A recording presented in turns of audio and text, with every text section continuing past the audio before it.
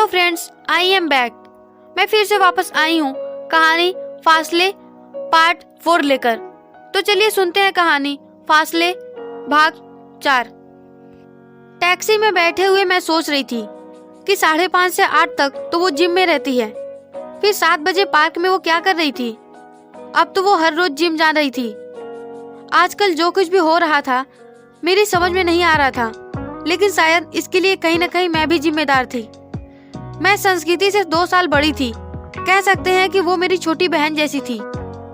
मुझे उस पर ध्यान देना चाहिए था। यादों में गुम हुए मैं कब जिम पहुंच गई मुझे पता ही नहीं चला। वहां पहुंचने के 5 मिनट बाद ड्राइवर के जोर से चिल्लाने पर मेरी तंद्रा टूटी। मैंने ड्राइवर को सॉरी बोलकर पैसे दिए और जिम की तरफ चल पड़ी। मैं गेट से अंदर गई तो देखा कि एक जिम टीचर छोटे छोटे बच्चे को कराटे सिखा रहे थे। मैं उनके पास गई और बोली, नमस्ते सर। उन्होंने मेरी तरफ देखा, फिर कहा, नमस्ते, आप कौन? मैंने थोड़ा आराम से कहा, मैं संस्कृति। उन्होंने बीच में कहा, आप उनकी बड़ी बहन हैं? मैंने कहा, जी नहीं, मैं उनकी दोस्त हूँ। हम एक साथ ही पढ़ते हैं और एक साथ ही रहते हैं करीब 5 साल से। उन्होंने कहा, ओह, कहिए क्या काम है? वैसे मैं इस टाइम से बच्चों को सिखाता हूँ। मैंने कहा, सर मुझे सीखना नहीं है। उन्होंने कहा, तो फिर? मैंने कहा, क्या आज से 8-10 दिन पहले संस्कृति ने कोई छुट्टी ली थी? उन्होंने आश्चर्य से हंसते हुए कहा, क्या 8-10 दिन पहले? उसे तो यहाँ से गए हुए 3 महीने हो गए। उसके बाद वो फिर कभी आई ही नहीं। मैं जोर से चिल्लाई, क्या? मेरी तेज आवाज सुनकर सभी बच्चे मेरी तरफ देखने लगे। तो मैंने माफी मांगते हुए कहा, आई एम रियली सॉरी, पर उसे यहाँ से गए 3 महीने हो गए और उसने मुझसे कोई जिक्र ही नहीं किया। इस बार उस सर ने आश्चर्य से कहा, क्या? उसने आपको नहीं बताया? कैसी दोस्त हैं आप कह रही हैं कि आप दोनों एक साथ पढ़ते हैं, एक साथ रहते हैं और बेस्ट फ्रेंड है, और आपको ये नहीं पता कि उसने 3 महीने पहले जिम छोड़ दिया? आपको इस बातों का ख्याल रखना चाहिए था। मैंने हिचकिचाते हुए कहा, हो सकता है कि आप झूठ। मैंने आगे कुछ नहीं कहा तो उन्होंने कहा, बच्चों मैं अभी आता हूँ। फिर मुझसे कहा, आपको मुझ पर भरोसा नहीं है ना? आइए मेरे साथ। मैं उनके साथ उनके ऑफिस में गई। वहाँ उन्होंने मुझे अटेंडेंस दिखाई और कहा, ये देखिए, ये वो लास्ट सिग्नेचर है। यहाँ देखिए, ये 3 महीने पहले की गई है। फिर मुझे एक लेटर दिया और कहा, ये लेटर भी। हमारे यहाँ का रूल है, जो भी यहाँ से छुट्टी लेता है या हमेशा के लिए जाता है, उसे कारण सहित एक लेटर लिखना पड़ता है और उस पर साइन करके मुझे देना पड़ता है। इस लेटर में उसने लिखा है कि मैं पढ़ाई में कमजोर हो रही हूँ, इसलिए मैं घर पर रहकर पढ़ाई करना चाहती हूँ। वैसे भी मुझे लगता है कि मैंने अपनी फिटनेस के लिए परफेक्ट ट्रेनिंग ले ली है, इसलिए अब मैं अपनी ट्रेनिंग रोक रही हूँ। संस्कृति मल्होत्रा। मेरी समझ में नहीं आया कि क्या करूँ। बस हाथ जोड़कर धन्यवाद कहा और बाहर निकल गई। सड़क पर आई तो कुछ सूझ नहीं रहा था। बस सब कुछ ऐसा लग रहा था कि सामने ही घूम रहा हो। बचपन में पढ़ी एक बात याद आ गई कि पृथ्वी गोल है, मगर आज एहसास हुआ कि पृथ्वी गोल है। बचपन में जब पृथ्वी के घूमने की बात पता चली तो उस समय इस बात का एहसास नहीं था कि मुझे कभी ऐसी हादसों से गुजरना पड़ेगा। अब मेरा दिल इस बात को माने या ना माने, पर मेरा दिमाग इस बात की सहमति दे चुका था कि संस्कृति की जिंदगी में कोई आया है, कोई राजकुमार, जिसे वो बहुत प्यार करती है, मुझसे भी ज्यादा। मेरा मन ये जानने को बेताब था कि वो कौन है, लेकिन अगर मैं ये बात डायरेक्ट रूप से संस्कृति से पूछूंगी तो वो मुझे कभी नहीं बताएगी, बल्कि और भी सतर्क हो जाएगी। मैं चुपचाप घर आ गई। 7 बजे वो घर आई तो मैंने उससे कहा, संस्कृति, तुम्हारी मम्मी का फोन आया था, बात कर लेना, शायद कोई जरूरी काम है। संस्कृति ने घबरा कर कहा, और कुछ कहा मम्मी ने क्या? मैंने शांति से कहा, नहीं तो क्यों, और कुछ कहना था? उसने कहा, नहीं नहीं, बिल्कुल नहीं, मैं अभी बात कर लेती हूँ, कहकर वो फोन लेकर दूर चली गई। मैंने किचन में जाकर चाय बनाया और लेकर बाहर आ गई तो देखा संस्कृति सोफे पर बैठी थी। उसे चाय थमाते हुए कहा, बात हो गई? उसने चाय लेकर कहा, हाँ। मैंने सोफे पर बैठकर कहा, इतनी जल्दी? रोज तो लेट तक बात करती थी। संस्कृति ने हकलाते हुए कहा, वो मम्मी ने ही फोन रख दिया। मैंने आगे कुछ नहीं कहा, बस उसकी चालाकी पर मुस्कुरा दी। अगले दिन वो जिम जाने लगी तो मैंने उससे कहा, संस्कृति, मैं क्या सोच रही थी? उसने बालों को कंघी से संवारते हुए कहा, क्या सोच रही हो? मैंने कहा, मैं सोच रही थी कि मैं भी तुम्हारे साथ जिम चलूं। उसने घबरा कर कहा, क्यों? मैं हैरान होकर उसे देखने लगी तो उसने अटकते हुए कहा, मतलब तुम्हें क्या जरूरत है जिम की? तुम तो गांव की मिट्टी में पली बढ़ी हो, तुम्हें साफ सुथरा वातावरण मिला है, तुम्हें क्या जरूरत हो सकती है? मैंने अपने हाथ की कलाई दिखाकर कहा, क्यों? मुझे क्यों जरूरत नहीं हो सकती? देखो मैं कितनी मोटी हो गई हूँ और मेरी तबीयत भी कितनी खराब हो रही है आजकल।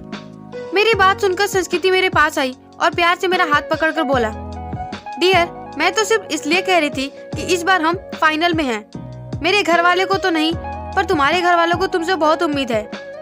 मैं नहीं चाहती कि उनकी उम्मीदों पर पानी फिरे। कहकर वो चली गई, लेकिन उसके बाद मैं जोरों से हंसी उसकी इस मासूमियत भरी चालाकी पर।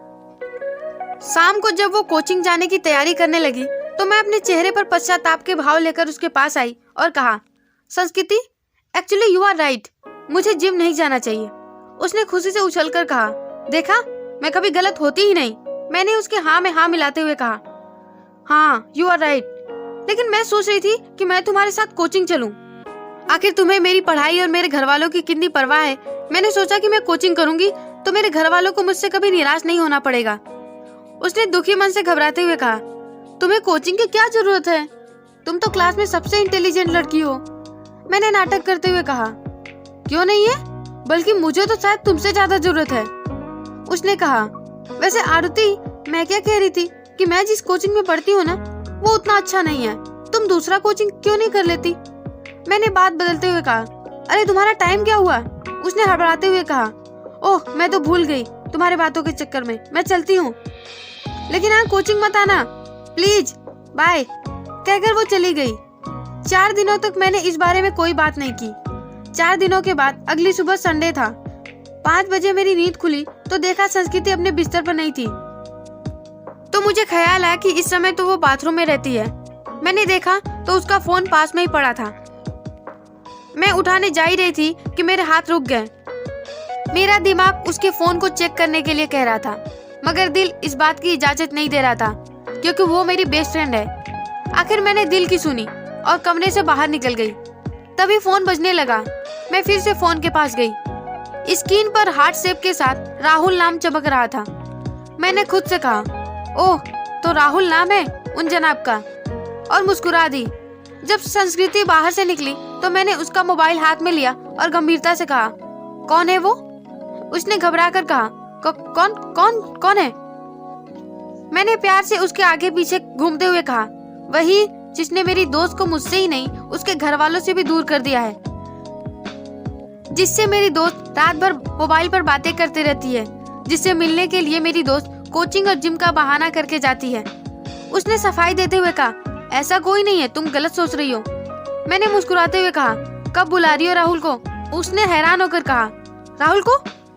मैंने कहा, हाँ राहुल को। तुम क्या सोच रही हो? मुझे कुछ नहीं पता। 4 दिन पहले मैं तुम्हारे कोचिंग गई, पता चला कि वहाँ संस्कृति नाम की कोई लड़की ही नहीं पढ़ती, जबकि 1.5 महीने से तुम कोचिंग की बात कहकर रोज 4 बजे चली जाती थी और रात को 7 बजे आती थी। क्या ये इस बात की गवाही नहीं देते कि तुम्हारी जिंदगी में कोई और आ गया है? महीने हो गए तुम्हें अपनी मम्मी से बात किए हुए। रात भर तुम मोबाइल पर लगी रहती हो, जब तक कॉलेज से छुट्टी करती हो।